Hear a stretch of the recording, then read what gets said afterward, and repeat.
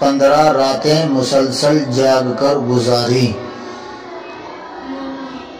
رفیق العلماء اور رفیق الامت حضرت علامہ رفیق احمد صاحب علیہ الرحمہ، سابق شیخ الحدیث، دارالعلوم وقف دیوبند، مظاہر العلوم سہارنپور، مفتاح العلوم جلال آباد، مصباح العلوم بھیسانی اسلام پور، حضرت نے سال ہفتم میں اپنے تعلیمی شوق اور مسابقت کے جذبے کا ذکر کرتے ہوئے بتایا کہ سال ہفتم کے سالانہ امتحان کے موقع پر مسلسل 15 راتیں ایسی گزری جن میں ہم 1 منٹ کے لیے بھی نہیں سوئے، کیونکہ امتحان کے موقع پر ہم نے یہ اہتمام کیا تھا کہ کوئی کتاب ایسی نہ ہو جس کو امتحان کی رات میں شروع سے لے کر آخر تک نہ دیکھ لیں۔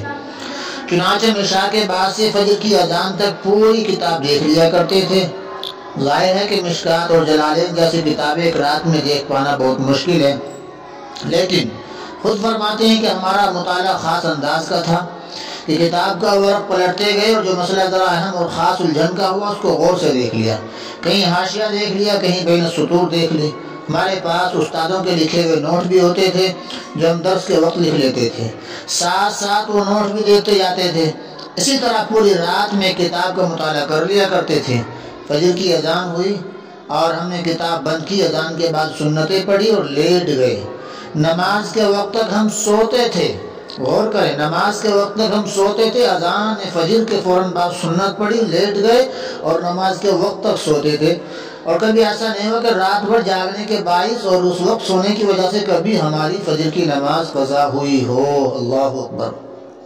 آج غور کریں، بلکہ الحمدللہ اس وقت سے ہی نماز کے لیے ایسی عادت پڑ گئی کہ فجر کی نماز کے لیے جگانے کی کبھی ضرورت نہیں پڑتی، اللہ ماشاءاللہ جب تکان زیادہ ہوتی ہے۔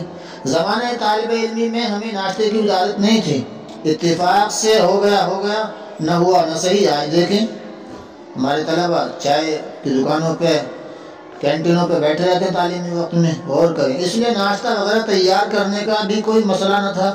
بہرحال فجر کی نماز کے بعد امتحان کی گھنٹی بجنے سے پہلے ہم 2 بار ان مقامات کو پھر خاص طور سے دیکھتے تھے جن کے امتحان میں آنے کی غالب توقع ہوتی تھی۔